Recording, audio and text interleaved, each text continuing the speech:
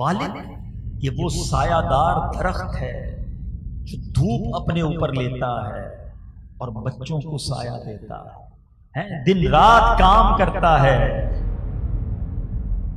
کہ بچے خیر سے کھانا کھائیں۔ کبھی کبھی ہمیں نہیں پتہ چلتا مگر والد اپنی خواہشات کو مار کر ہمیں کھلا رہا ہوتا ہے، ہماری فرمائشیں پوری کر رہا ہوتا ہے۔ جو بعد میں والد بنے ہیں نا انہیں اب سمجھ آ رہی ہوگی کہ جب بچہ فرمائش کرے بازار میں جا کے کہ ابو یہ لینا ہے، اور ابو دیکھیں کہ یار جیب میں پیسے اتنے ہیں نہیں مگر بچہ ضد بڑی کر رہا ہے، اپنے بجٹ کو آؤٹ کر کے بھی والد اپنے بچے کی خواہش کو پوری کرتا ہے۔ یہ ہمارے والد نے بھی ہمارے ساتھ کیا، یہ آپ کے والد نے بھی آپ کے ساتھ کیا ہے کہ خود تکلیفیں۔ درخت ہمیشہ یاد رکھیں، درخت کے پتوں کے نیچے سایہ ہوتا ہے مگر درخت اوپر سے بہت گرم ہوتا ہے کیونکہ وہ ساری دھوپ اپنے اوپر لے لیتا ہے۔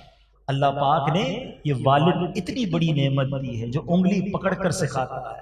والد ہمیشہ چاہتا ہے میرا بیٹا ترقی کرے۔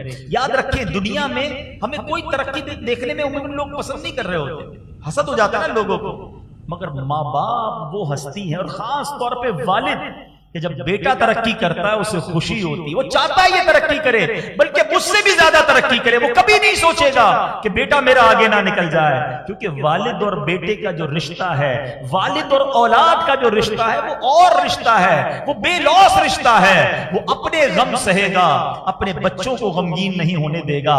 بچہ ڈی مورلائز ہو جائے، بچہ کسی مشکل میں آ جائے، وہ اس کا حوصلہ بڑھائے گا، اسے کہے گا بیٹا گھبرانا نہیں، میں ہوں نا۔ حالانکہ وہ خود بھی گھبرایا ہوا ہے، وہ خود بھی ٹینشن میں ہے۔ ارے باپ بتاتا ہی نہیں گھر میں کہ میرے اوپر کتنی پرابلمز آئی ہوئی ہیں، اسے پتا ہے بچوں کو بتاؤں گا، بچوں کی ماں کو بتاؤں گا، سب ٹینشن میں آ جائیں گے، ان کو ٹینشن میں ڈالنے کی کیا ضرورت ہے؟ ارے میں ہوں نا، میں برداشت کر لوں گا۔ کبھی قرضے اٹھاتا ہے، کبھی مشکل زندگی گزارتا ہے، اپنے بچوں پر آنچ نہیں آنے دیتا، مگر اب بچے کی جب باری آتی ہے، جب بچہ جوان ہوتا ہے اور والد بوڑھا ہوتا ہے، ایک سٹیج آتا ہے کہ اب بچے کی باری آتی ہے کہ وہ ان کی خدمت کرے۔